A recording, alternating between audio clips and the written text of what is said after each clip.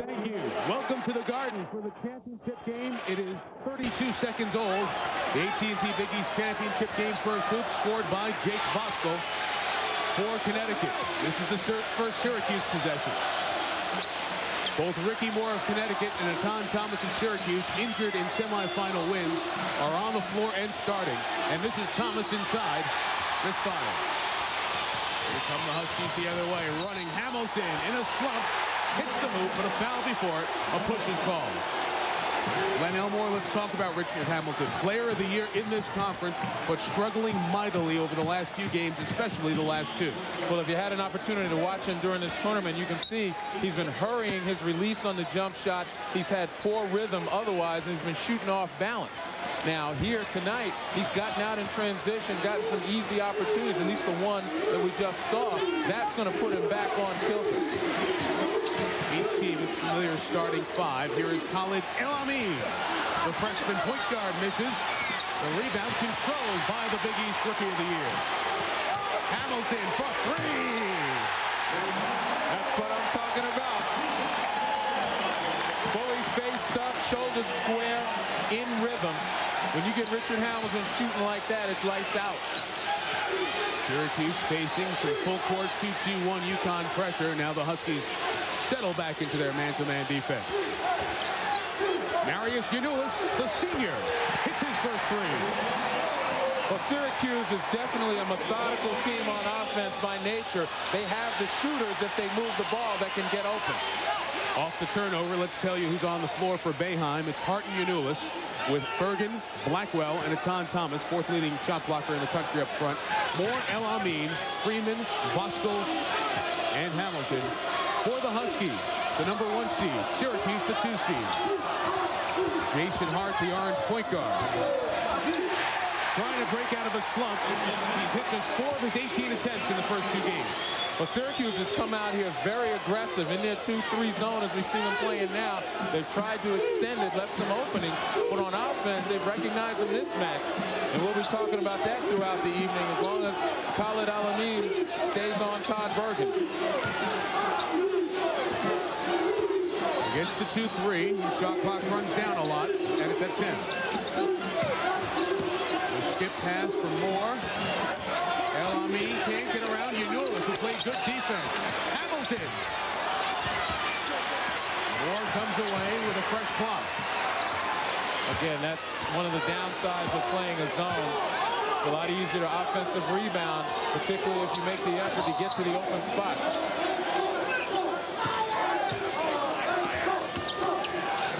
El Amin finds an open spot. His three, partially blocked. Voskuhl the rebound, and a foul for Jake. Well, that's a perfect illustration, once again, of people who aren't shooting the ball or passing the ball, understanding their role against the zone, and that is get to the seam right near the board to the rim so you can pick off the offensive rebounds, and that's Jake Voskuhl's job. Congratulations to Skip Prosser and Xavier, their first ever Atlantic 10 championship, and the automatic bid out of the A10, knocking off GW down in Philly.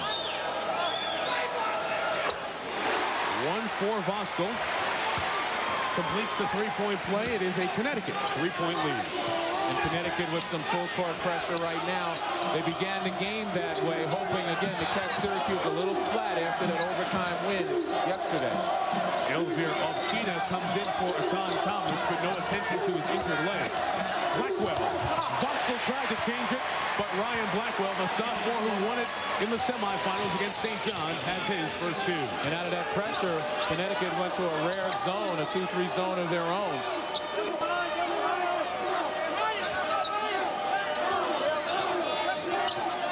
The double out of the 2-3 for Syracuse. It worked against St. John's and forces a Connecticut turnover, their second of the night. Well, there is Thomas on the bench. We said they're not looking at the leg, where he got a twisted ankle and a bone bruise on his lower leg. In a key block, his 8th block of the game against St. John's. That's set, or equaled, I should say, Alonzo Mourning's Big East tournament record. And in the long term, Syracuse is going to miss his presence both on defense and offense. Nice take by Hart to Ovchina. The junior from Bosnia moved to Illinois, where he finished his high school years. He's given the Orange their first lead of the night. And Elvira Ovchina is right now in the middle of the Syracuse 2-3 zone. That's the area Thomas usually occupies, blocking shots, otherwise altering shots, just as Ovchina did there. Hart back to Syracuse the other way. Unulis in the open floor. Score the goal, and Vosco hit the deck hard. Jake looks like he's shaken up. While we have a moment, official timeout. Here's Chris Fowler. Husky fans, Jake Vosco standing up is okay. Well, you can see right here in an attempt to make the block, Vosco gets kind of clipped by Unulis as Unulis is going by. Lost his footing, came down hard on his arm, his right arm.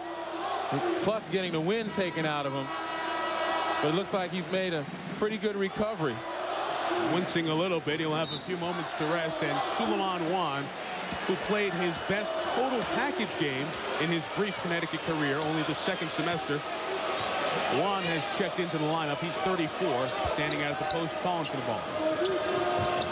You can see how aggressive the zone is when the ball goes to the corner on Richard Hamilton's side. Bergen goes right at him. El-Amin the miss. Juan couldn't snatch it. And here come the Orange, who've made their last 5 shots. We'll take this possession from Skycam, which has been an interesting perspective in our Big East championship this year. Well, Jim Boeheim has something to battle, some negative Big East history. Never as a team won an overtime game, advanced to the next round, and won. 0-12 in those situations, and Len, that plays in part to emotion. Well, usually the emotional consequence is the inability to get started, to get the fire stoked. Your mind and your body are out of sync when you first start the game. And you get a flat period at the beginning of the game that can be lethal, but Jim Boeheim took some steps. He got his team out there playing an aggressive defense right now to get them stoked up, to get them ready to play. Again, you look at the coverage on the 2-3 as Richard Hamilton goes from side to side. Members of the zone on the outside are always cognizant of where he is. There's Hamilton on the left side of the zone, and Jason Hart, 6'3", with good hops, got the board. Unulis lost Hamilton. Came up short on a 2, and Ovchina over the back on Suleiman Juan. Well, I'm still impressed with Suleiman Juan, particularly coming right off the bench unexpectedly. Sometimes guys recognize when they're going in the game and when they're not. And when it's unexpected, they don't come in with a focus. Juan has come in here, done exactly what he's supposed to do. Hit both boards, be a pillar of strength on defense. And I think that Jim Calhoun is very proud of his play thus far. As you saw, the Huskies have missed 6 shots, 4 of the misses by El-Amin, 42 in white. There is the freshman from Minnesota. Lost to get creative. Bergen has Blackwell behind the break. Now he's going to set it up. Ryan is not looking at Todd Bergen, who had the ball. El-Amin stripped him, but had a toe on the baseline. I mean, a lot of people like to describe Collett as being a little chunky, but I'm going to tell you this. He's got lightning quick feet. He stepped right in front of Jason Hart that time and took the ball from him, even though Hart was cutting full speed down the lane. Turnovers. Unulis was looking to cut, and Hart threw it away.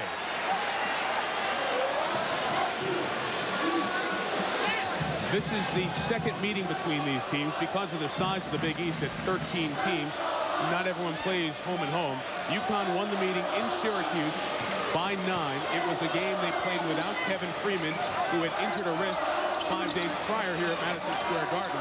Jim Calhoun called it one of the most satisfying victories in his Connecticut career. El-Amin was banged up. It was a gutty performance. Roshmel Jones started and played at the 4th spot. The Huskies were great, and Syracuse was awful shooting that day. Well, take a look at Khalid El-Amin driving the baseline against the zone. Connecticut seems to be attacking the zone as a man-to-man when they can isolate one of the zone defenders against one of their better offensive players. Syracuse leading by 1. Their shot blocker Thomas still on the bench. Bergen way outside. Watched by Ricky Moore. Juan came over with a block. Suleiman had 4 of those in the semifinal victory against Rutgers. Still a man doing his job. Suleiman Juan coming to penetration. We talked about being a pillar of strength inside. And interestingly enough, Mike, as we go back to that prior game, Todd Bergen was 2 for 16 against UConn. Really never got started offensively, obviously. And the flip side of it, Richard Hamilton had a pretty darn good day. 4 of 6 from three-point line, and scoring 24 points altogether.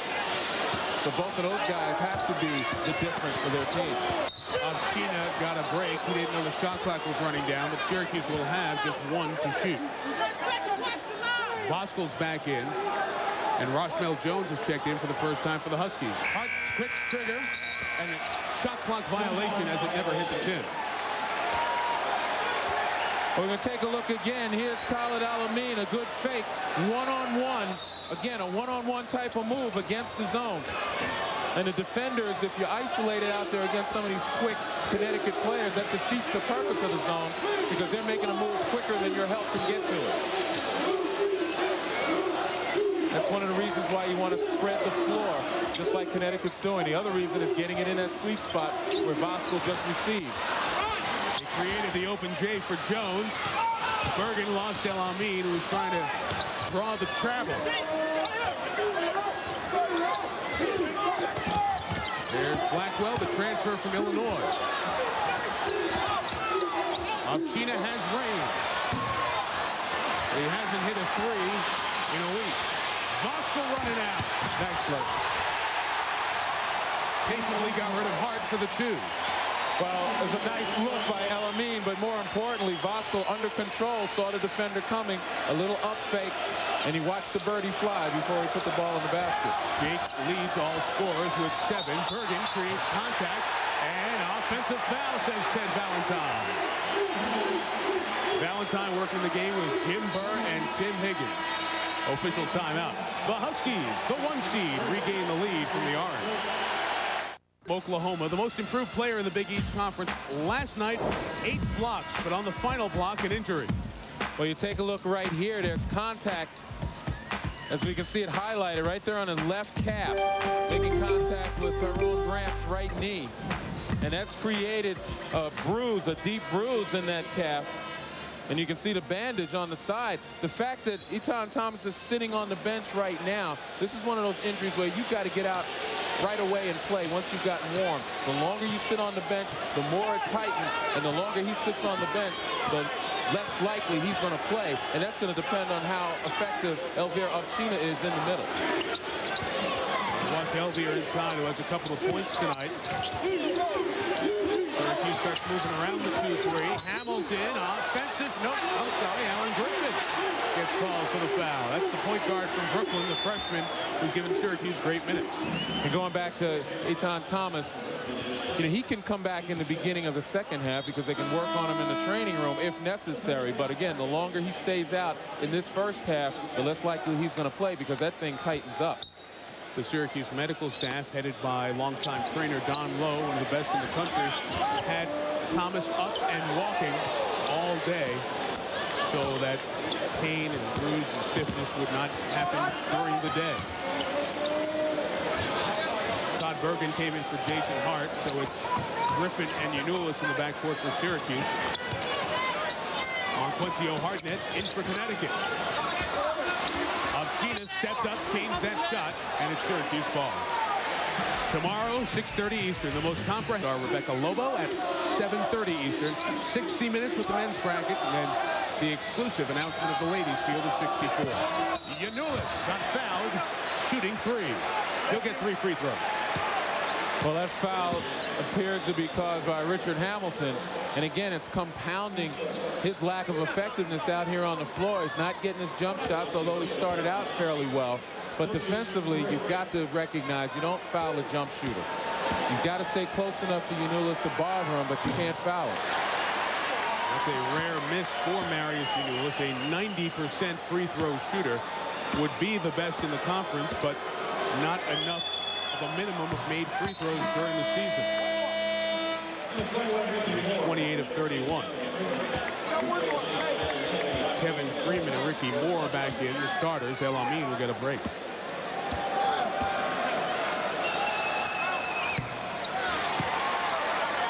Two of 3. The Syracuse senior has 7. The 2 seed back on top by 1. Vosco called for it. Got more free. Hamilton the miss. Freeman the rebound. Had it stripped by Bergen. Got to have it before he called timeout. No travel called. Freeman had possession. But Teddy Valentine had the jump ball before the timeout, so it's Syracuse ball. Well, he definitely had the intention of calling timeout. As you mentioned, you had to have possession. Once he got possession, he did call it. The officials just didn't see it. People have been asking in the city all day, the St. John's fans, about the end-game situation when Blackwell hit the shot last night. Fran Fraschilla wanted to travel. How did you see that play? Well, it was difficult from Fran's angle to see the fact that as Bergen was going down, he still had his dribble. In fact, before he hit the floor, he had one hard bounce and got possession of it before he passed it off to Blackwell. So in my esteemed opinion, it was a good play. Nice. Offensive foul on Bergen. I was going to say humble, but you wouldn't have allowed that. Good. After 4 days, you've already assumed that I'm going to think your opinion's a scheme. Halfway first half with Len Elmore, Mike Tirico. Championship game. 19th time the championship has been played for in the Big East postseason tournament. And the 11th time Syracuse has been in the championship game. They've only won 3. 81, 88, and 92. Vosco trying to help Connecticut to a 3rd title. And last night, Syracuse did a great job of tightening up the 2 guys at the top of that zone to deter that pass inside. Today, they seem to be wide enough where Connecticut is getting the ball into that sweet spot.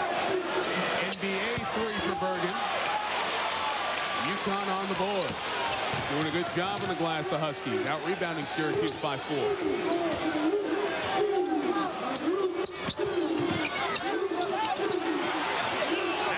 Great job to hold on to it in that double. Monclencio Hardnett handling at the point. El Amin's going to come right back in here. Creating the open space, but off the hands of Freeman, Syracuse ball. Well, here's Aton Thomas coming in. Here's what he did last night. And that was just about clear out the middle. Block shots, deterring other shots, changing shots. And on the offensive end, did a pretty nice job. Here's a guy that can change the course of a game on the defensive end. There aren't many players like that, but the leading shot blocker in the Big East Conference is Aton Thomas.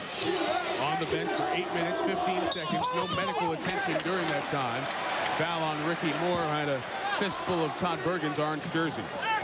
Well, again, we'll see how loose that calf is. His left calf is very heavily bandaged, and he still walks with a slight limp. Moore 1 foul, Hamilton 1 foul. That's it for Connecticut in the first 11:40.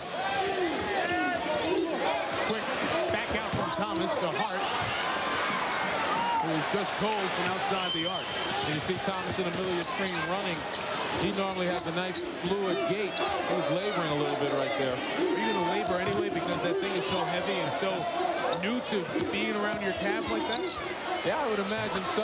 Usually you wonder why guys wear it if it affects them like that, because the amount of relief it gives is not nearly as much. NBA looking finish by Bergen. Puts Syracuse back up. Freeman, oh, look at the body contact and a foul on Griffin. Down, baby. Freeman holding his left hip. Hart got up off the deck, but Freeman's in a lot of pain. Absolutely a very dangerous play.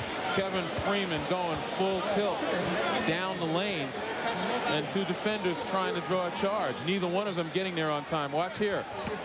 They all meet at the junction, and Freeman comes down very hard on that left hip.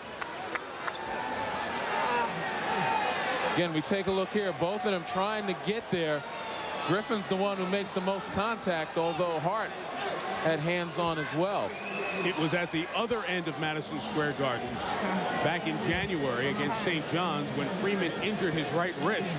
There was concern about a serious injury then. As they check on Freeman, we'll step aside for a moment. UConn's power forward is down. His team is down by 1 right now.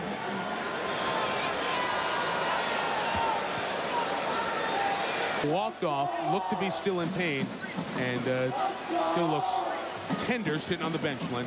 And in slow motion, upon a further review, it's not his hip, but it's his wrist. Look at his left wrist try to break the fall. And it appears that just about all of his weight came down, and that's when the grimace of pain came, as soon as he made contact with the floor with his arm.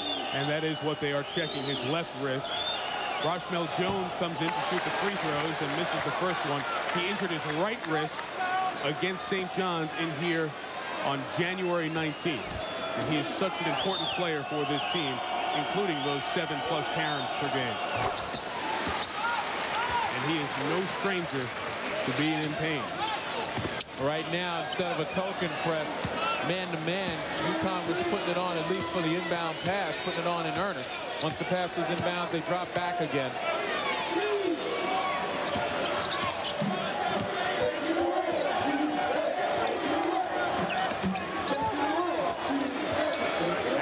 And Jason Hart on the floor together in the backcourt. Bergen, Ricky Moore is the glove of the Big East. He shuts down other teams' top slashers. He's doing it to Bergen right now.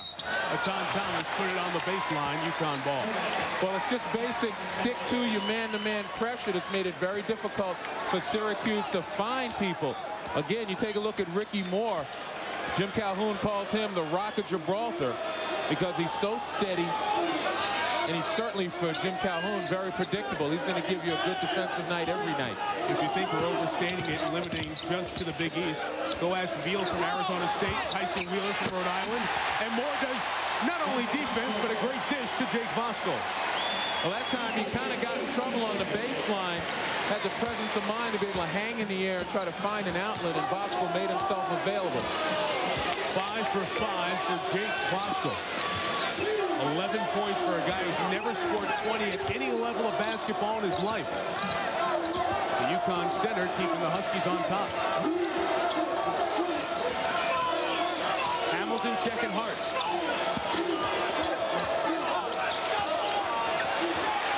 Great defense by Hamilton. Conference Player of the Year has improved his defense this season. His headlines are scoring. That's what he's great at. He's not a great defensive player, but he has improved. You can't help but do that when you play for Calhoun. Well, I was just going to say, if you want to play, you better get down and you better get dirty on D.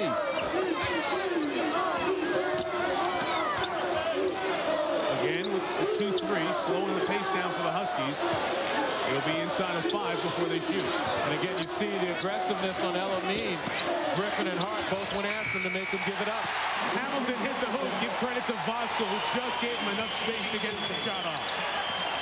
They made El-Amin give it up, and now they're sorry. Bergen lost El-Amin. Voskuhl stood there, but could not deter the Syracuse senior. Too much gamble by the young freshman on Bergen. Gave him an opportunity on the baseline. El-Amin's 3 is out off Roshmel Jones.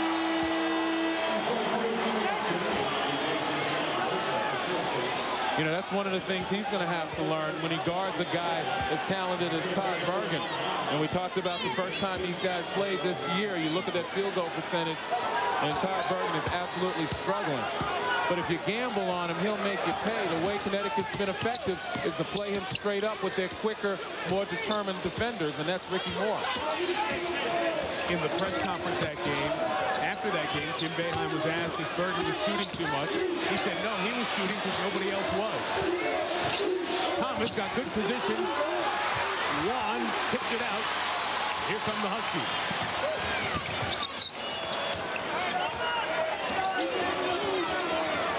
Moore, El-Amin, Hardnett, Jones.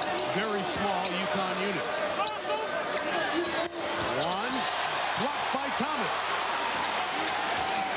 It's rare that you see Suleiman take a shot from that far out. Jones found a little space. Second chance for Rush. Counted a foul.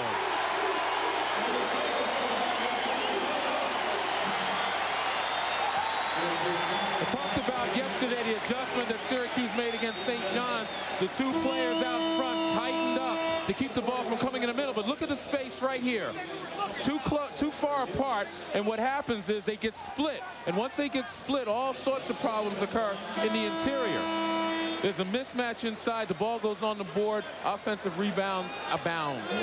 And again, another look. Roshmel Jones staying right on the board. And it all began with the two guys out front in the zone allowing the split to occur. Thomas back on the bench. Syracuse over the limit.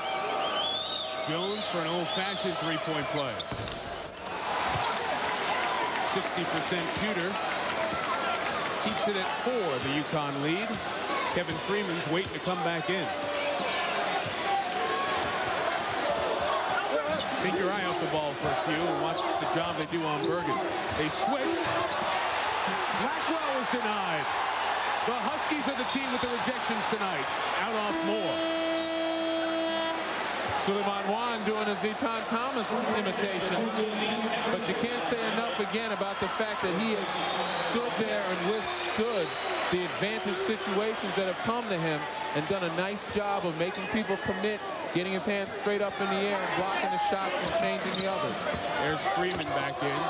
Harden to take. The rebound by Hartnett for Connecticut. Monquencio Hartnett is the only senior. UConn's a top 6 in the country team. And they lose just a role player off the bench. Now, see, the problem Syracuse has with the two guys out top is if they tighten them, that makes the wings wide open, and Connecticut can burn you from the wing. Like I was saying, Ricky Moore and the Huskies lead by 6. And their fans, the louder bunch in the building, making some noise. They have a tremendous following, both men's and women's programs.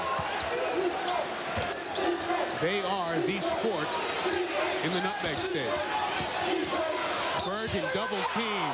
Foul on UConn. you can see UConn again pointing towards Todd Bergen as the one to stop. They've been alternating people on him. That time it was Kevin Freeman guarding him. Bergen has seen El Amin, he's seen Richard Hamilton, now he sees Kevin Freeman, and that will wear a good offensive player out. He's got to handle it, and you get fresh bodies coming at you. That time Monquencio Hartnett just got there a bit too late. Freeman right back to the bench. They keep checking him out. Boy, this guy is so tough. If he can go, he's going to go. He was asked by one of the reporters for the Hartford Courant, is there any part of the anatomy that hasn't been bruised, dislocated, sprained, crushed, or lacerated this season? And Freeman, Jim Calhoun's power forward, undersized power forward, rubbed his chin, thought, and said, yeah, my hair. That's the only thing that hasn't been hurt this year. And he's done a lot to that hair. He said he's been afroed, he's been cornrowed, he's been shaving bald. One more for Bergen, and now the substitution is holding things up early. One shot. One shot, 32. They keep looking at that wrist.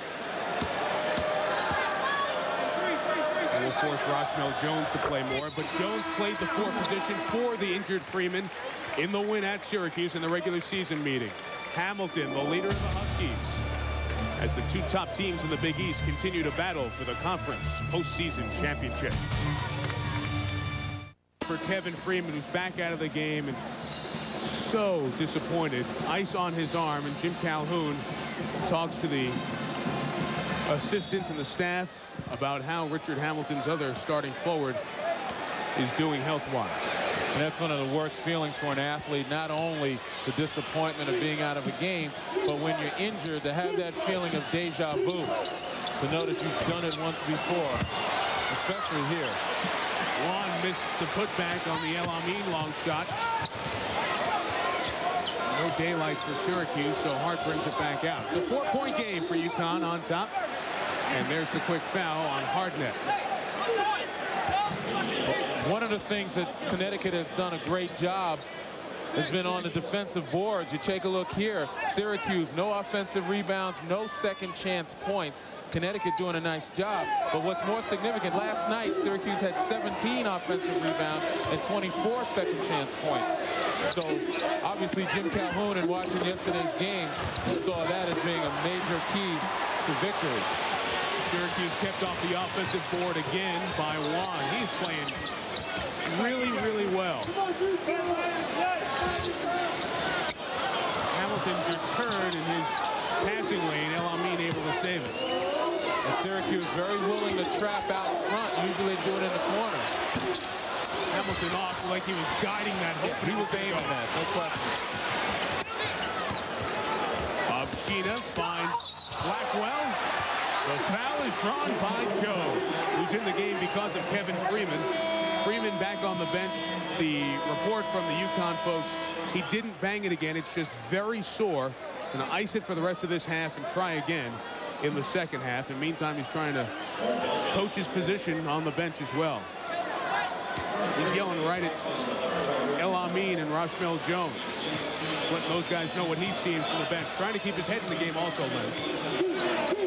Yeah, he's one of those kinds of players that does come with significant experience, even though he's a sophomore.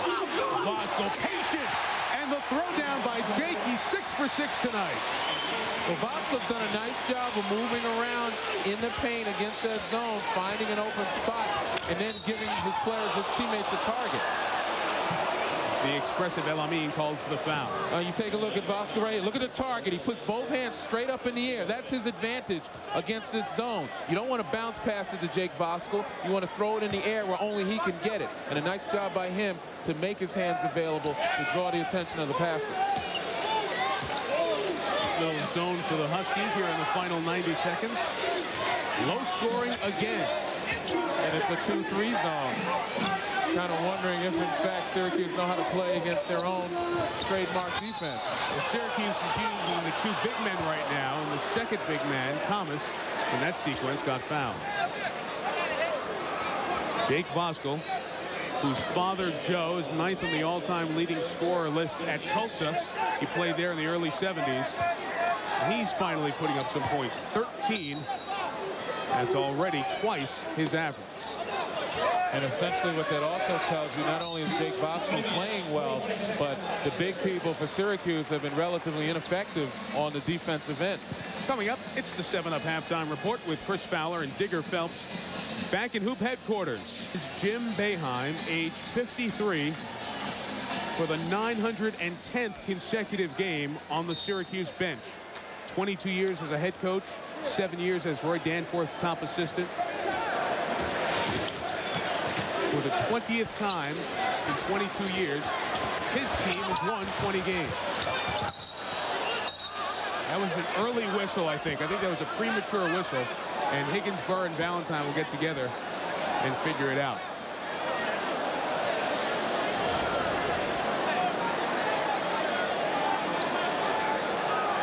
There is Hamilton, the conference player of the year, continuing to struggle scoring. Well, part of the problem is that he's rushing his shots, and he's also guiding them. You take a look at him receive here, and he's really not shooting it with the same type of rhythm. He's shooting it kind of off the back of his feet rather than on his toes, leaning forward. If you take a jump shot and you fall back, you know you're not on balance. It was a premature whistle. It was anticipating what was going to happen. They reset the shot clock, and Syracuse retains possession. And going back to Hamilton real quick, the other problem is when you start getting a slump and you're 1 for 5 and 6, every shot you take has pressure on it. He's got to get some easier ones. It's an easy hoop for Thomas and much needed for Syracuse, which had gone on a drought. That's just their 3rd field goal in the last 14 tries. Nice job of closing in on Hamilton along the baseline. Better job of finding Ross Jones free on the baseline. Rashmel Jones, who was a starter for this team, found by El Amin. The Huskies by 6. Shot clock should be off. It's still running, but there's more time on the shot than the game clock. Count is on. Hart got a screen, got free. Missed it, used his size to keep it away from El Amin. Voskuhl knocks it out with 3.8 to go.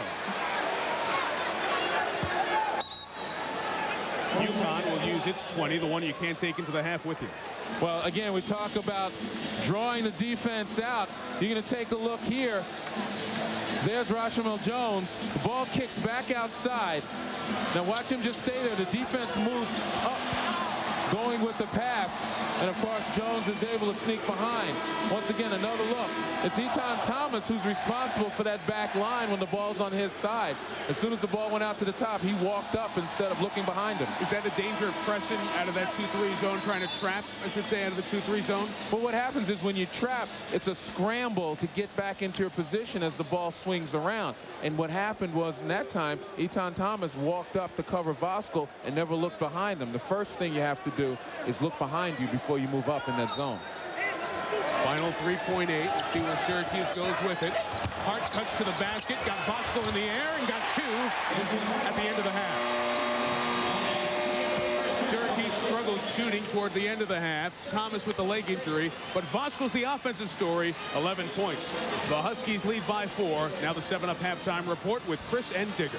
To the second half for the Big East Championship here in New York. It's a 4-point Connecticut lead, 27-23. Mike Tirico, Len Elmore back at what's been the best seeded championship week. Center court here at the Garden. Could be another great finish coming up in this game. Why so even in the first 20 minutes? Well, both of the teams are doing a great job of extending their defenses and playing the three-point shooters. You have Syracuse 1 for 6 from three-point area, Connecticut 1 for 8. The other thing, though, is that Syracuse, towards the end of the first half, started to assert themselves a little more on the offensive board. Here are the Pontiac first half statistics, and Lenny emphasizes the perimeter defense. These teams, pretty good three-point shooting team. Syracuse 4th in the conference in the regular season. Connecticut the best from 20 feet and out during the regular season. Headline story in the first half, Jake Voskuhl's 13 points and Kevin Freeman's wrist injury. His left wrist is taped heavily, but he is back to start the second half. Same starting 5 for both teams as the second 20 minutes begin. And for Connecticut, it's obviously a welcome presence of Jake Voskuhl in the middle, asserting himself. He's kind of compensating for the inability of the perimeter game to really get going. Hart knocked down. Hamilton still cold from behind the arc. Get closer, though. And rattled around the top of the tin here at the Garden. Eton Thomas double-teamed aggressively. Todd Bergen, quiet first half, 6 points, 2 field goals. Remember, Mike, I told you at the beginning of the game in our conversation that it would only take a little bit of a time before Eton Thomas got rid of that wrap on his leg. Gone. Bergen, 9 points. Never left the floor in the first half. You could definitely tell that that thing was bothering Thomas. He was moving tentatively and gingerly. Now it seems that he's back to his old self. El Amin, jump stop. Voskuhl tried the follow flush. Syracuse chance to retake the lead. The largest lead is 3. They opened hot shooting in the first half. They're shooting hot in the start of the second half. Well, that's an excellent job by Thomas. Received inside, took the double team, didn't panic, let them commit, and then found a cutter in Ryan Blackwell down the middle. The problem with Eton Thomas at times is his passive play. It looks like he was reminded to be a little more aggressive in the second half. Maybe there was a slight suggestion to take that thing off and place the ball. Blackwell all the way in to save it, but it's out of bounds. UConn ball. We take a look inside now. Thomas much more aggressive inside, although Voskuhl does a nice job of pushing him out. But there's the double team, and you see him look, locate the defense, and then find the cutter down the middle, who makes a nice move in his own right. Thomas patrolling the pivot a couple of blocks already. In the first game against Connecticut, he had 9. Broke the Syracuse record. Hamilton to the bench quickly in the first 2 minutes. Ross Jones on the floor for UConn.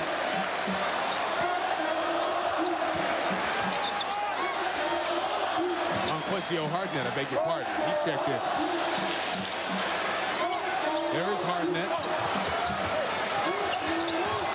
El Amin pressured and pushed. And there's a trap. Again, we talked about Syracuse being aggressive in their 2-3.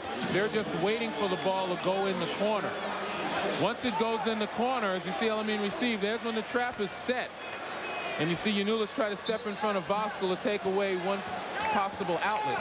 But that's aggressive play, looking for turnovers out of the 2-3. And there's 3 fouls on Todd Bergen, the only one on the floor with 3. El Amin, a good little toe dance to not cross the stripe. Voskuhl. Thomas comes away with it. 4 on 4 they go. Good defense, Hardnett. Right in the open floor. Bumped by Blackwell. Shooting free throws. Well, that's the quickness that Connecticut brings to the table. Great anticipation by Hartnett on the defensive end. And then just like that, goes to transition to the offensive end. Watch Hartnett right there. Steps into the passing lane quickly. And he's on the run. He had somebody running with him in El Amin, but El Amin didn't really keep up. 3 on Blackwell, 3 on Bergen. Hardnett hits his first in what is his final collegiate Big East game. Junior college transfer. Averaged 23 points a game in junior college. He's 1 start in his Connecticut days, but has found a great role as a role player. Hamilton sends Hardnett back to the bench. Monquencio did a good job in the Stanford game for UConn, one of their great wins this year. And if you think the cupboard's bare for Connecticut, just think Hardnett is the only scholarship senior on that team. So the guys who are playing significant minutes, for the most part, are going to be back next year. Janulis Achiu, the senior from Lithuania via Prattsburg, New York, a small, one blinking light town in the southern tier of upstate New York. Came over on a student exchange program. Has had wonderful basketball years in central New York. El Amin, 1 for 10 from the field. He's missed all 4 of his threes. Syracuse to extend a 1-point lead. Thomas, post move on Voskuhl. Janulis and El Amin, a lot of bumping. Bergen open 3. Voskuhl over the back. Now, Jake Voskuhl is complaining about that call, but whether or not he created the contact, the thing that he created in the official's mind occurred when he swung down on the ball. If you're a big man and you're battling for the rebound, you always want to tip up. If you swing down, you're planting a seed. Now watch Voskuhl right here. Good block out, and as it goes up, swings down. That's when the official calls over the back. If he had tipped the ball up, probably would have made a good play. Connecticut's in great foul shape. Only Hardnett has 2. Everybody else has 1. Juan and Freeman have no fouls, so foul trouble doesn't figure to be a Husky problem in the second half. Real quickly, going back to the Voskuhl play, it's always palms up, not palms down. 3 seconds called on the Syracuse big man, so it's UConn ball. Jim Boeheim, Jim Calhoun, each over the 500 career win mark. Boeheim's won 526, Calhoun 516. This is a conference with 4 500-game winning head coaches. John Thompson, Georgetown, Gail Catlett, West Virginia, the other 2. Jones free on the baseline. Hey, Connecticut has been working that baseline game to perfection, and it all begins with the middleman. Voskuhl's effectiveness has forced Syracuse to pay a lot more attention, particularly Thomas, and that pulls him away from that baseline and leaves it wide open. A lot of bumping in the middle as the guys was getting free, and Thomas got clear. Now you see that 2 or 3 ounces of wrap that was on his leg was really what held him down. Syracuse back on top. We ride the seesaw. Jones, and this baseline's been real good. That was good help defensively by Blackwell. Lob for Thomas, thrown away by Janulis. You don't expect seniors to do that. But the sophomore has taken the wraps off his leg and his game. John Thomas with the big hoop. Syracuse leads by 1 in the second half of the championship game. In a game that we sometimes watch the ball all the time, what happens away from it may be the most important thing. Well, there's Etan Thomas right there. He's the guy. Watch him go across the lane aggressively, utilizing the pick. And when he does that, he establishes himself. He doesn't go outside the lane. He tries to stay in as much as he can, and then he makes the adjustment. Makes himself available with both hands. As Voskuhl went to the help, he's right there for the finish. Much more aggressive play as opposed to the timid play, I would say, in the first half. He was very tentative. Thomas, who was not voted the defensive player of the year in this conference, despite being 4th in the nation in shot blocks. That went to Damian Owens, the West Virginia senior, was 4th in steals. Suleiman Wan continues to perform well off the bench. First points of the night, but he had 4 boards in the first half. Skycam puts you in the backcourt with the Orangemen, now trailing UConn by 1.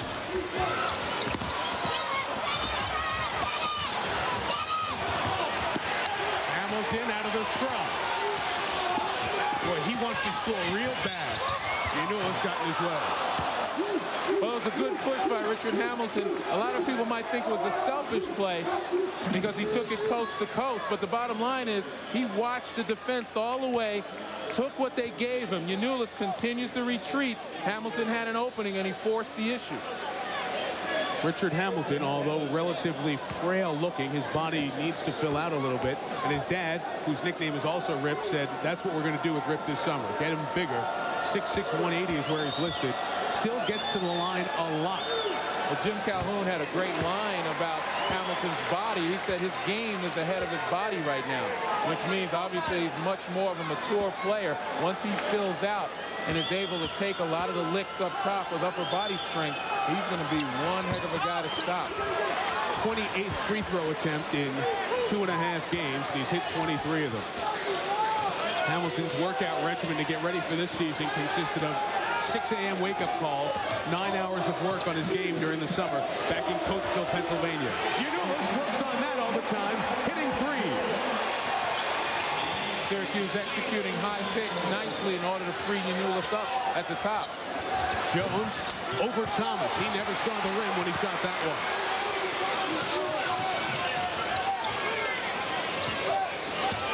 Hart took El Amin. Great block. You'd think they know better right now. Suleiman is not to be toyed with. Thomas over Wan. Picture-perfect jump up. That's something assistant coach Louis Orr on the Syracuse bench has been working with him throughout this season to develop that short, quick little move. One of the great players in Syracuse history who was passed on the all-time scoring list by Todd Bergen in this tournament. I love Jones. He always fights. Wan continues to show what people thought he would bring to this Connecticut team, a backup to spell Jake Vosco.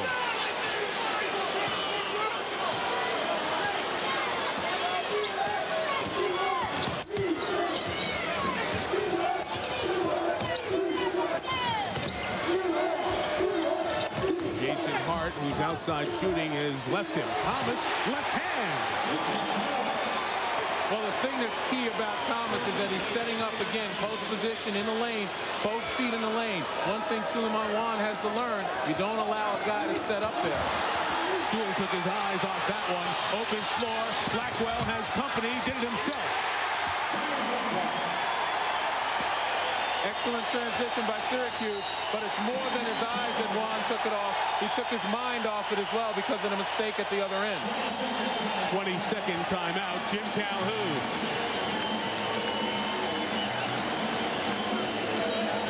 Your kind of game, big guy. They're in the paint, and they're doing a good job. Well, you got to admire, again, the play on the defensive end by Suleiman Wan, going to penetration, doing exactly what he's supposed to. But he's got to learn how to play the post. Here's a guy that's taking him to school, both feet in the paint, and again, no wasted motion by Etan Thomas. We'll take a look at him again. Inside, establishing position, and again, a quick move, nice little drop step, head and shoulders past his man. No wasted motion, straight to the hole. Wan back on the bench, Vosco in. The big men for the Huskies have provided 17 of UConn's 36 points. This is a night when Hamilton and El Amin, their two scorers, have put up just 8. 8 in 28. That's a surprise. Vosco. Freeman back in the game with the injured left wrist. Jones, nice take. This is a guy, Rosmel Jones, who lost his starting spot because El Amin came in. He didn't have a heavy lower lip and pout. He just worked hard. He played the 1, the 2, the 3, the 4. And he's a true leader on this Connecticut team. Backdoor Bergen! Nice pass by Avcino. One of the reasons he was able to get that through because Vasco played about 5 feet off him. If you don't pressure the ball, you're going to get some alley-oops. The big man does have about 32 assists this year. Not much room for Freeman. Turnover. Nice adjustment on the defensive end by Syracuse to that Connecticut baseline game.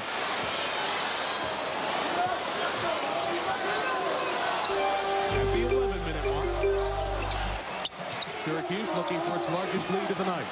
Syracuse starting to pick more. It appears that Connecticut is not really communicating. Avcino out high, let Bergen in close. He was fouled before the shot. A lot of high picks, Mike, by Syracuse. Connecticut not communicating. They're starting to lose people. And they're getting straight passes inside. Bergen and Avcino, the Syracuse, or Unulis, I should say, twice in the history of the championship game has a team trailing at the half come back to win the Big East title. Syracuse trying to be the third. Well, you take a look here. Jake Vasco still a little too far off of Chino with a nice look in the alley-oop. And then a nice back door. Once again, another angle of that same alley-oop. You got to be able to pressure the passer. Get in his face so he can't see. Vasco giving up too much room. And, you know, I'm very impressed by the big men for Syracuse and their passing ability. We had a chance to see Thomas on the low block take a double team and hit the cutter. When you have big guys who can pass the ball as well as score, they become double threat. Jason Hart misfires. Vasco clears it for the Huskies. Number 6 in the nation. Most people think a 2 seed when the brackets come out. 6:30 Eastern on the selection special tomorrow night with Chris, Dick, Digger, and Quinn. Syracuse maybe a 4 seed if they can win here. Many people think of 5 or 6. Vasco goes to the line. It gives us a chance to remind. So Ryan Blackwell on the bench and in some foul trouble. And Ryan Blackwell is a vital cog in the Syracuse offense. Jones inside. Avcino with the foul. And what that does now for Jim Boeheim, he's got to come back. He's got Avcino back in the ball game. He's got Alan Griffin at the point. What they're going to have to do is continue to run the picks. They're going to try to exploit Todd Bergen a lot more right now. He seems to have found some openings. Here are the 2 shots for the co-captain. Born in Port Chester, New York. Finished his high school ball at Trinity Catholic. Blackwell, 1 year at Illinois. Then transferred, sitting on the bench.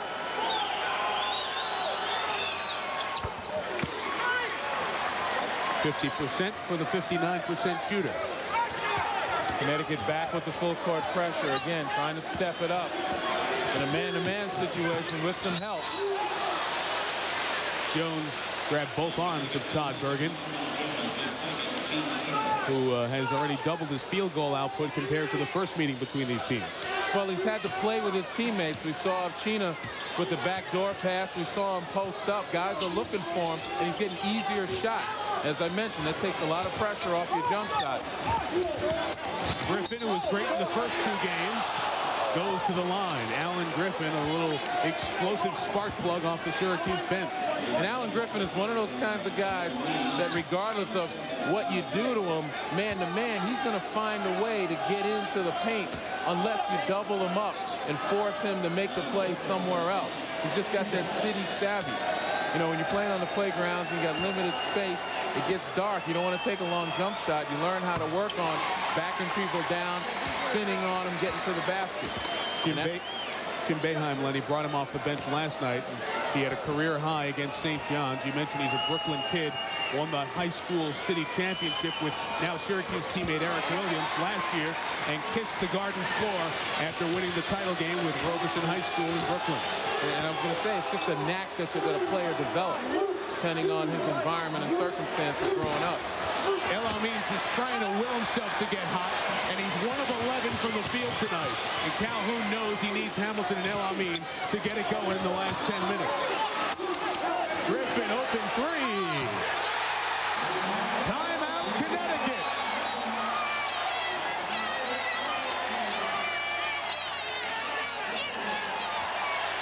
Full timeout for Jim Calhoun. Largest lead of the night belongs to Syracuse at 9.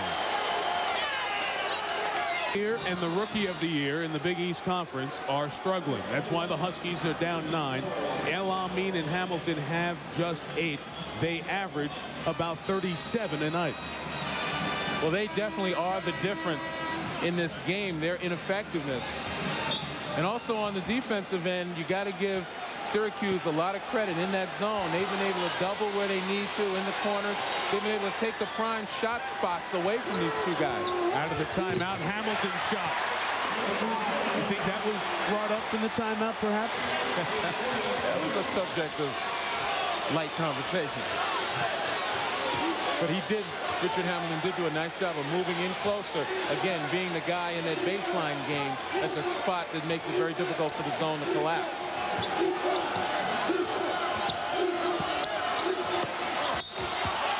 Thomas fouled by Jones. We have a moment to remind you, engines not just running in college hoops this weekend. Of Thomas. Here's a guy who last year and at the beginning of this year didn't appear to be a great offensive force inside, and obviously Syracuse, everyone thought of them as a perimeter-oriented team, but he's given them an added dimension now where they can go inside to him. He not only can be effective in scoring, but he's a decoy. When he go inside and he's got an advantage, you want to double down, he's got the ability to pass outside to hit open people. So now you've expanded the opportunities for the Syracuse offense, all because of one guy who's improved so greatly. The man who was in the middle for the Final Four run 2 years ago, Otis Hill, was the heart of his team, and no disrespect to him. But Thomas, the best defensive presence in the middle since Ronnie Cycli was there. Cycli in the building watching tonight, and watched Alcina, another foreign-born big man playing for the Orange, come up with the block. There is Ronnie, member now of the New Jersey Nets. He was here for the quarterfinal win over Villanova. So was Sherman Douglas, who's also sitting behind the Syracuse bench. We can put out a pretty good Syracuse alumni team here. Boeheim played with Dave Bing. Louis Orr and Hopkins on the bench. Cycli and Sherman Douglas. Yeah, but only two guys are in shape over there. You don't want to get them hurt, huh? El Amin needs it. Got it. And he's an emotional guy. It may take just that one spark to light a fire. That tattoo on his left arm is the state of Minnesota, where he was the player of the year twice. Clem Haskins thought he would be for the Gophers this year. You saw him bang his fists together, digging in.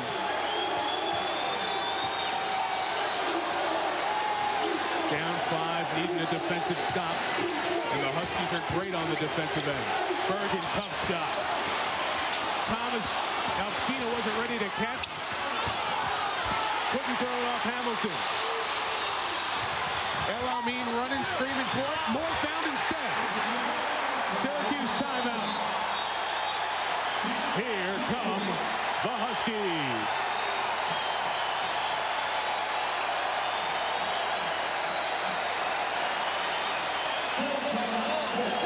Well, here's Khalid El Amin real quick, taking a look, trying to get someone to pay attention to him. It's a full timeout.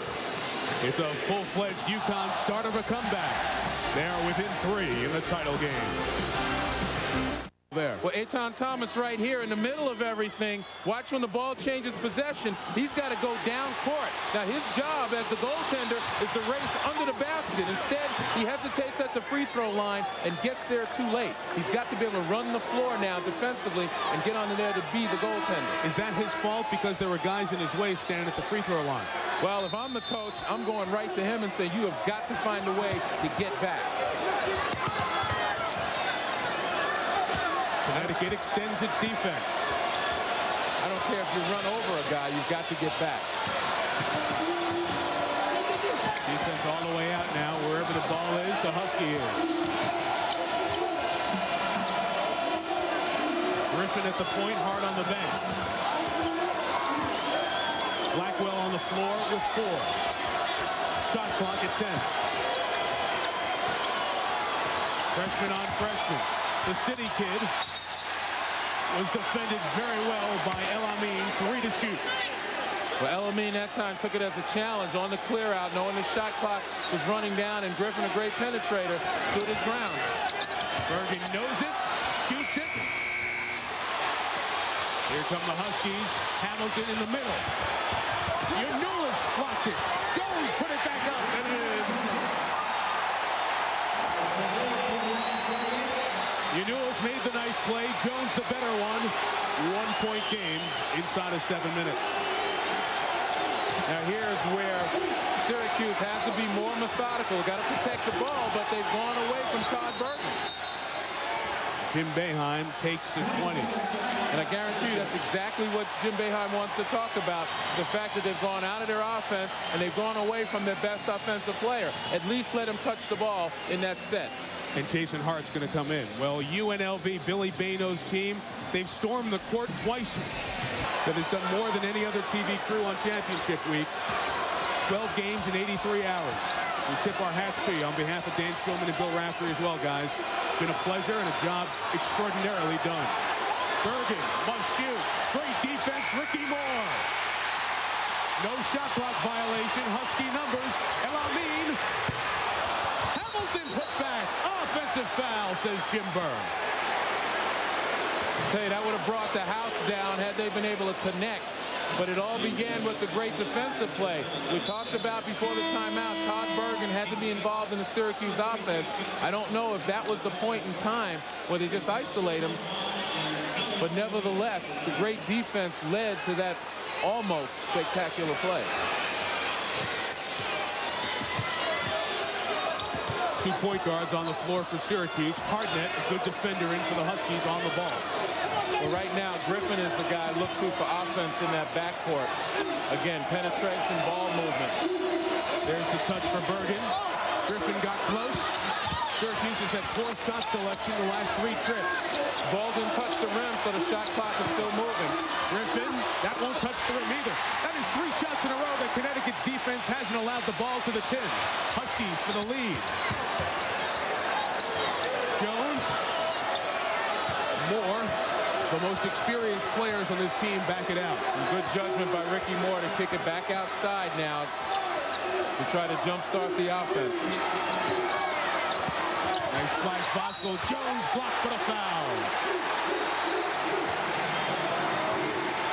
Once again, it's the baseline game, and it all starts with getting the ball in the sweet spot in between the 2-3 zone. Jake Voskuhl forces Eitan Thomas to come up and guard him, and that's what allows the play on the baseline. Watch Voskuhl comes and receives. There's Thomas stepping up, and that leaves the gap that Jones steps into. Nice pass by Jake Voskuhl. Take a look at another angle. Thomas got him with the body, although from shoulders up, clean block.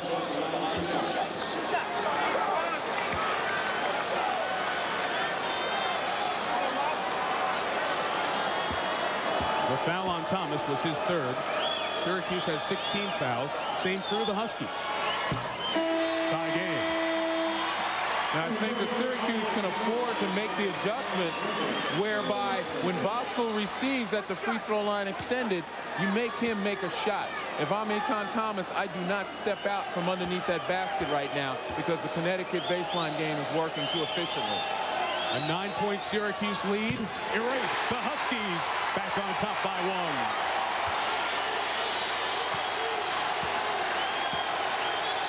1. Can this tournament go till tomorrow? I don't want to go home.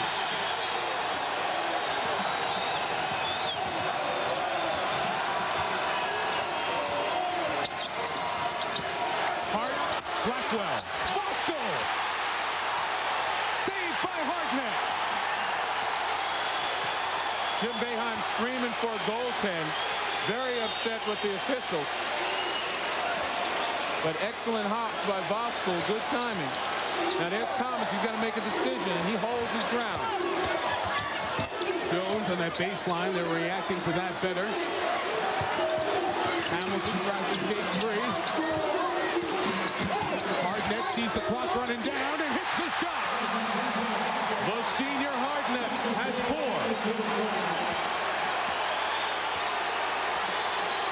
Every game inside of 5 minutes. Close. Holding foul off the ball. Take a look at Voskuhl right here. Good block. Didn't quite look like it was coming down. I don't know, Mike. Take a look here at Monquincio Hartnett. Again, gets behind the first wave as the shot clock's running down and pulls up. That intermediate jump shot, which is such a lost art in college basketball, is something that there are several Connecticut players who have mastered it. Three-point game right now. When we talk about the close games, why this has been one of the best tournaments in championship week recent memory. 9 of the 12 games within 3 points with 5 minutes remaining. A double overtime game, 2 overtimes, 3 buzzer beaters. Forces these coaches to earn their money, show what they know. And for Calhoun, Boeheim, Franz Priscilla of St. John's, and maybe West Virginia and Miami coaches Gail Catlett and Leonard Hamilton. They could be doing it in the NCAAs next week. And again, ball went inside to Voskuhl, and Thomas held his ground, hence no pass on the baseline. And take a look in your screen. Erasmo Jones, number 5, running that baseline. Hamilton couldn't hit the long 3. Out of bounds off the Huskies, or a foul? Going to be a foul on UConn's Erasmo Jones.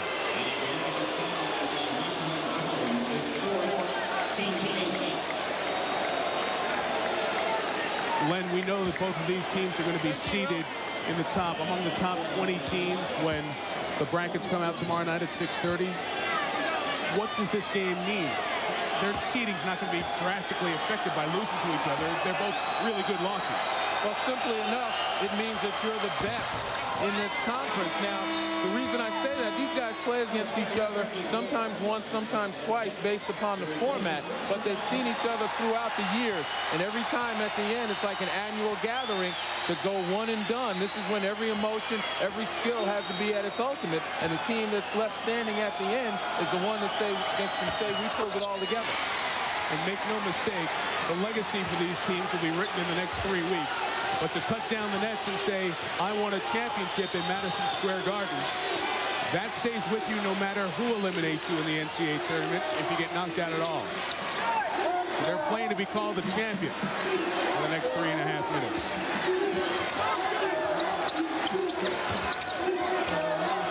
Hartnett, the touch for Voskuhl, the rotation to El Amin. The 3 from Hamilton. Voskuhl, huge on the ball. Don't bring it down, though. Don't bring it down. You stay up, you got 2. Keep it above the shoulders. El Amin hit a 3!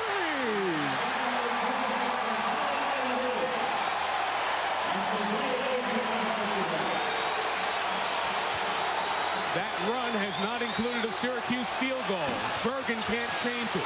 The shots aren't good ones for the team in orange. El Amin in the open court, more runs, interference.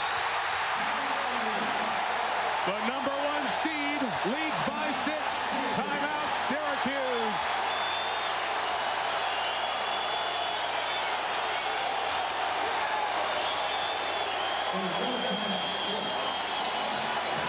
Syracuse has missed its last 8 shots.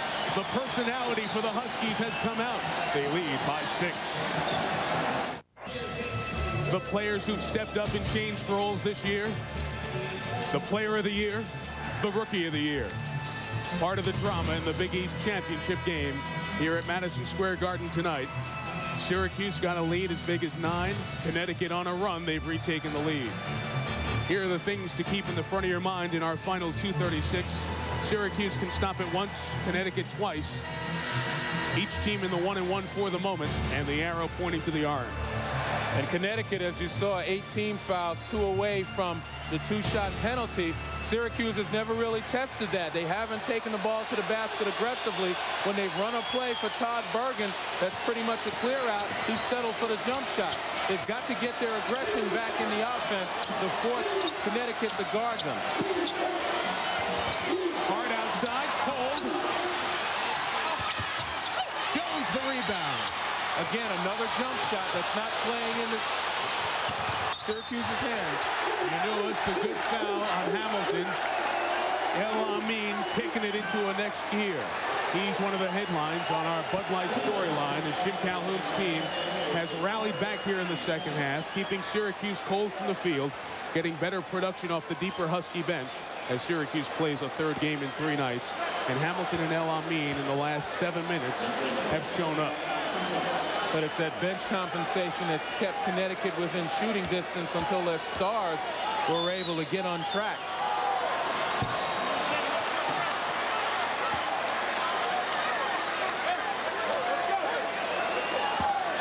Hamilton misses are rare. He leads the conference in free throw shooting at 85%.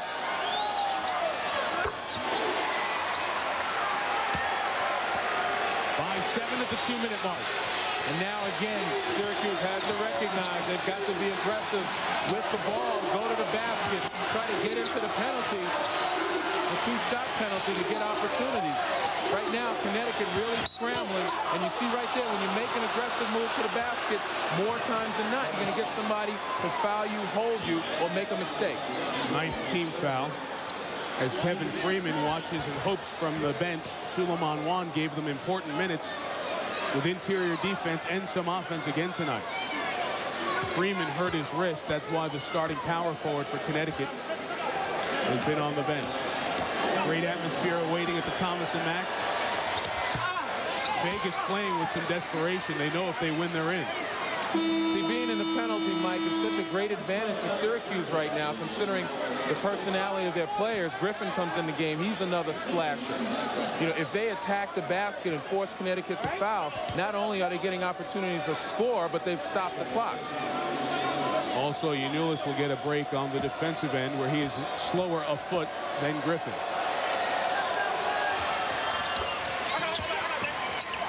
Five points, 151. Pressured by Syracuse right now. They're trying to get the ball. Griffin a hand on Ricky Moore, picked it up, 18 foul, so it'll be 1-1 for the Huskies. Giannulis back in for Griffin.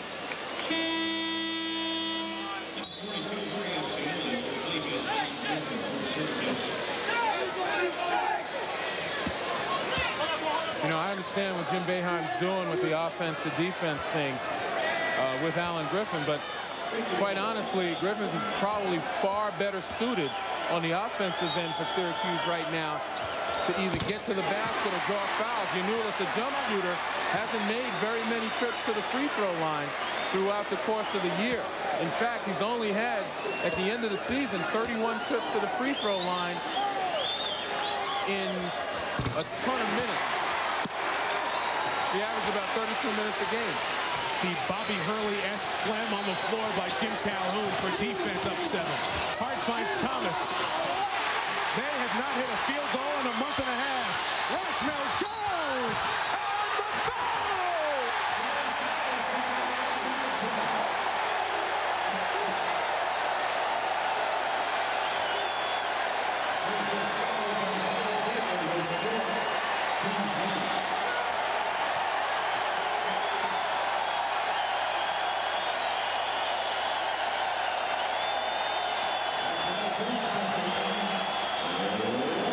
Take a look again at the push.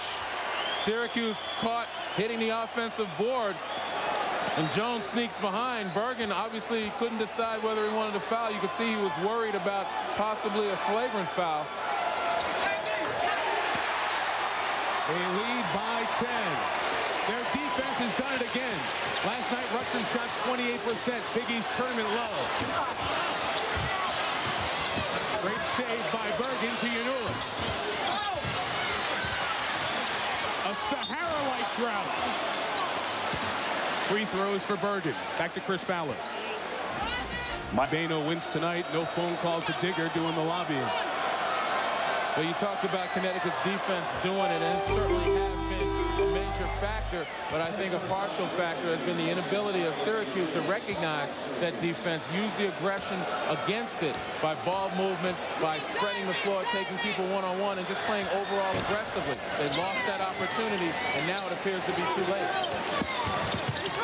8 points, 78 seconds. Foul on Jason Hart.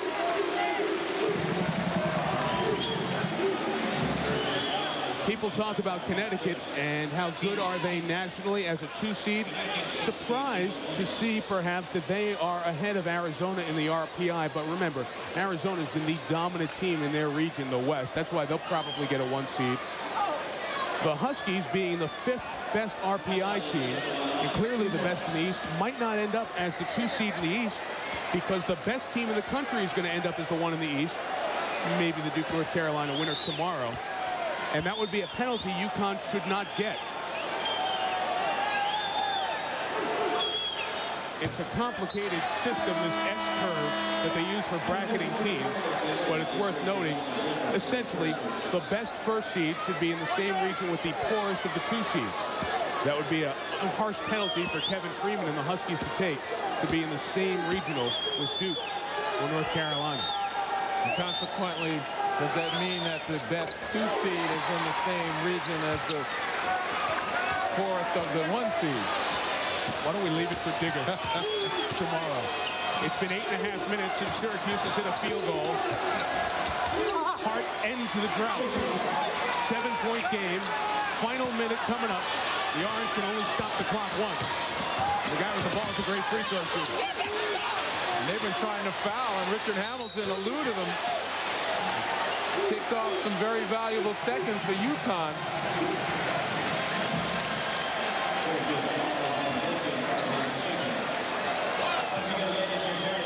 As you tune in for that WAC championship game between New Mexico and the flock of fans that have made the 2-hour trip down from Husky Land.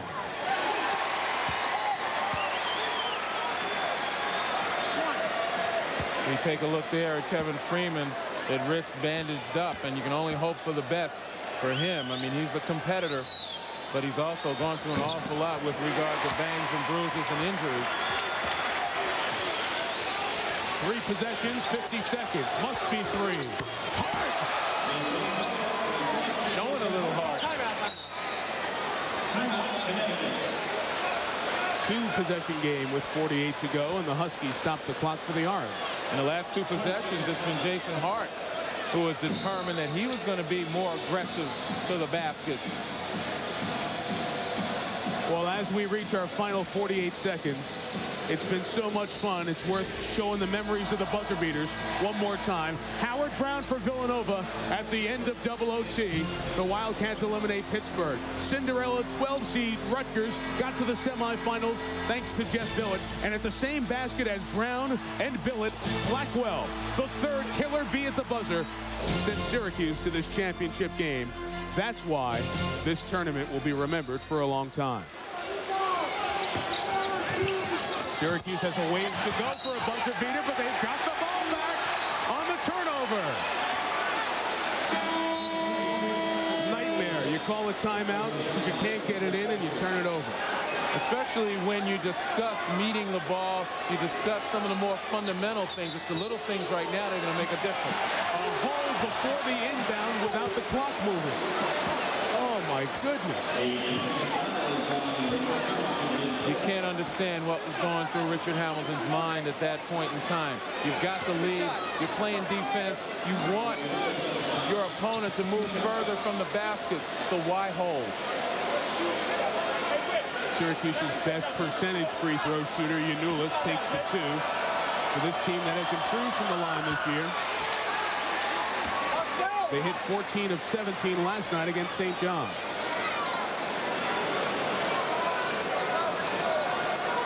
It's the physical pain and the mental pain of not being able to be in there at this key moment. Well, a substitution question before a critical free throw, much like we saw this afternoon with Gary Williams-Ploy in the Maryland-North Carolina ACC semifinal. But the difference here is that Syracuse's own man who's creating the delay. Griffin was at the table. I assume if the substitution pattern follows, he's for the shooter, Yanulis. Each team can stop it once. Each foul is 2 free throws. Tie ball, Syracuse. All right, all is settled now. If it goes in, it's Griffin for Yanulis. But what's key in this situation is that usually Griffin would go in after the first free throw, but he got to the table late. Now what it does, it stops the clock, and it allows Syracuse to set up their press. That plus picking up the shooter. That's what he came in for. 4 points, 46-8 to go. Huskies botched the last one against the press. We have one timeout. Get it to El Amin. Doubled. Uses the Huskies' final timeout. See, the point was, the reason Jim Boeheim sent Griffin to the table late, if he went early after the first free throw, he probably would have come in. We'll talk about it after. Still a game. Be right back. You double one more time. Will it work for you? Big one for the Rebels coming up in the WAC title game. This one looked just about done about 3 or 4 minutes ago. But it's a 4-point game. Connecticut, tough place to inbound the ball. Yeah, Syracuse is able now to set up a different type of pressure, even though UConn has been able to set up an inbounds play. Can't run the baseline because of the timeout. And Hamilton is fouled. Good job by Connecticut getting to its best free throw shooter.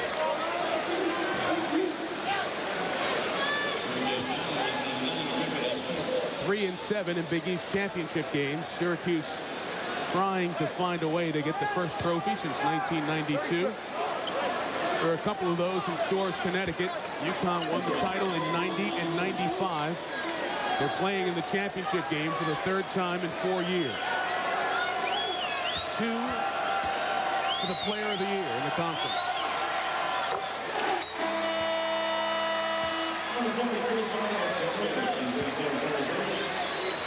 Yanulis in for Griffin. Now he's going to be very effective, or at least potentially effective, 2-possession game. Yanulis one of the top 3-point shooters in the conference. Connecticut will extend the pressure, not to let Syracuse get it up court quick. Blackwell handled and handed to Hart, who hit a big 3 earlier. That was a long way away. Stolen inside by Bergen. Blackwell had it knocked away by Vosco. The best part of that defensive play, besides the block, was the fact that Connecticut did not foul. Yanulis looking for space. El Amin, the quick hands. Shot clock is obviously off. Again, a risky move by El Amin that could have been just as easily called on the hands, and a couple of free throws. Blackwell forced 3. They've got to be now. El Amin gets fouled with 19.4 to go.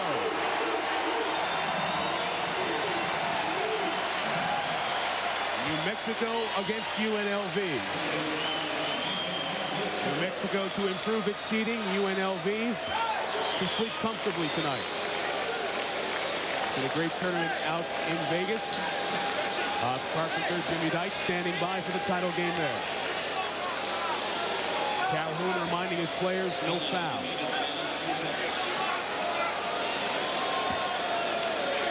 Boeheim may be out of options.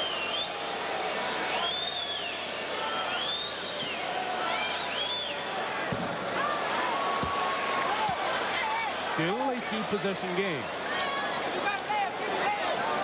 He hits 79% of his free throws.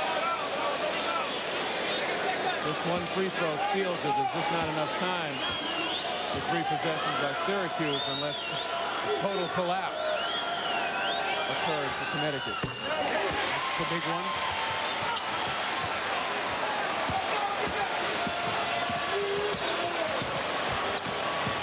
Good full court defense. Bergen just gets the 2, but he couldn't hit it until the second time around. 8.9 to go. Hart takes Syracuse's final timeout.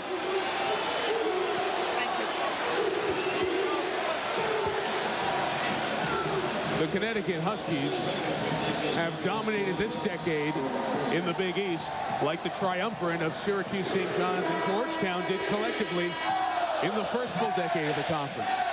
Over the last 5 years, Connecticut, if they hold on for the last 9 seconds here, will be with North Carolina for third most wins. But the one difference, they're the team that hasn't been to the Final Four among the best programs in the last 5 years. And Jimmy Calhoun has been able to leave an imprint with the pressure-style defense, the quality small forwards like a Richard Hamilton, and now he's got a feisty point guard to go with it. And now the team of the decade has another Big East championship.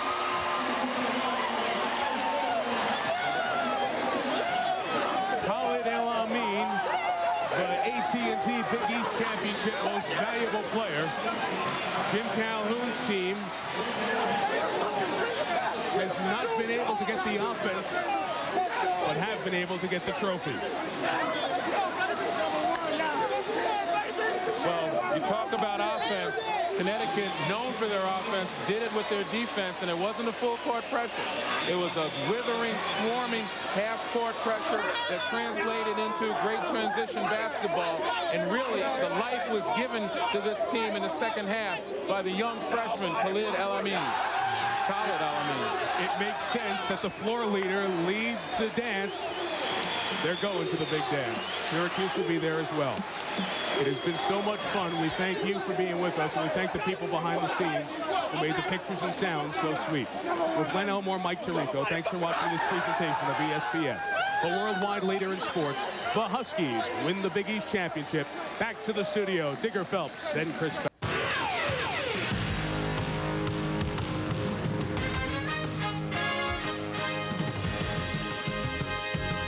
CBS Sports presentation of the NCAA Basketball Championship Selection Show is sponsored by The Edge Pizza, new from Pizza Hut. Have you been to The Edge? Hi, once again, everyone. I'm Greg Gumbel. The time has come. This is the time everyone's been waiting for, the announcement of the NCAA tournament seedings and brackets. And joining me to begin the madness here on CBS Sports is Clark Kellogg and Dean Smith. I know you've been jumpy all day long.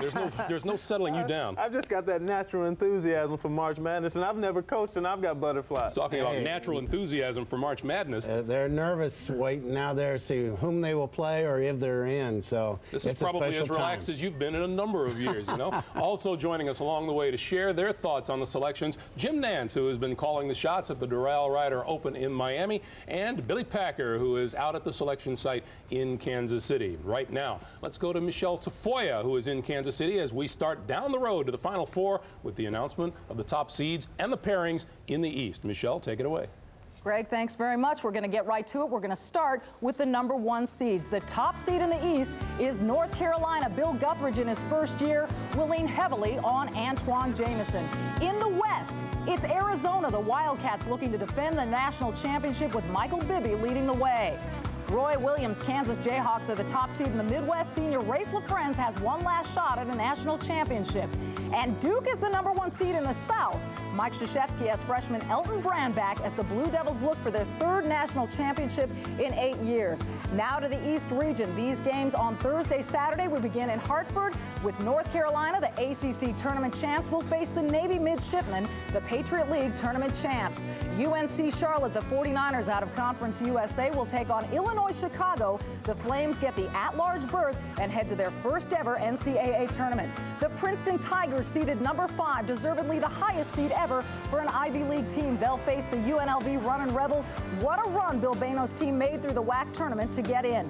Michigan State, the Big Ten Conference regular season co-champions. The Spartans will play Eastern Michigan. The Eagles, led by one of the best little men in the country, 5'5" Earl Boykins. Now to Washington, D.C., where Xavier, the Musketeers, who won their first ever Atlantic 10 tournament championship yesterday, will face Washington. And until today, the Huskies were the only Pac-10 team that had not earned a berth in the 90s. South Carolina, featuring the dynamic backcourt of B.J. Mackey and Melvin Watson, will face the Richmond Spiders, the Colonial Athletic Association champions, their first appearance since 1991. Indiana, the Hoosiers have been knocked out in the first round of the tournament the past 3 years. They'll face Kelvin Sampson's Oklahoma Sooners. And the Connecticut Huskies feature the Big East coach, newcomer, and player of the year, Jim Calhoun, Khalid El Amin, and Richard Hamilton, respectively. And Fairleigh Dickinson, the Northeast Conference tournament champions, the Knights. That rounds out the East. Now let's send it back to Greg Gumbel in New York. All right, Michelle, don't go anywhere. We're going to come right back to you. First, we're going to recap the East for you folks, and beginning in Hartford, Connecticut. With the first round of action, it'll be top seed North Carolina against Navy, UNC Charlotte, Illinois, Chicago, Princeton, UNLV, Michigan State, Eastern Michigan. You look down the road, Coach, North Carolina can meet UNC Charlotte. It'll be the first time these two teams have ever met. Greg, you shouldn't look too far down the road. North Carolina's playing Navy first, and then, of course, UNC Charlotte's had a great January and February, lost to Cincinnati by 1 point at Cincinnati, and so Illinois, Chicago lost to Illinois by 1 point at Illinois, so they have it tough. All right, Coach, in Washington, D.C., Thursday and Saturday, Xavier against Washington, South Carolina against Richmond. But boy, talk about those Washington Huskies. That's Coach Bob Bender in the white shirt, who reacted just moments ago to the announcement. Their last appearance in the tournament, 1986. Also, Indiana against Oklahoma, Connecticut against Fairleigh Dickinson. What's the best matchup in the nation's capital? I think the Clark? Indiana-Oklahoma matchup. Indiana has been knocked out in the first round the last 3 years. Oklahoma's had a pretty solid season throughout. That should be a good matchup. Hoosiers have lost 3 straight in the first round of the NCAA tournament. Coming up, Michelle will have the West bracket breakdown when we continue in just a moment.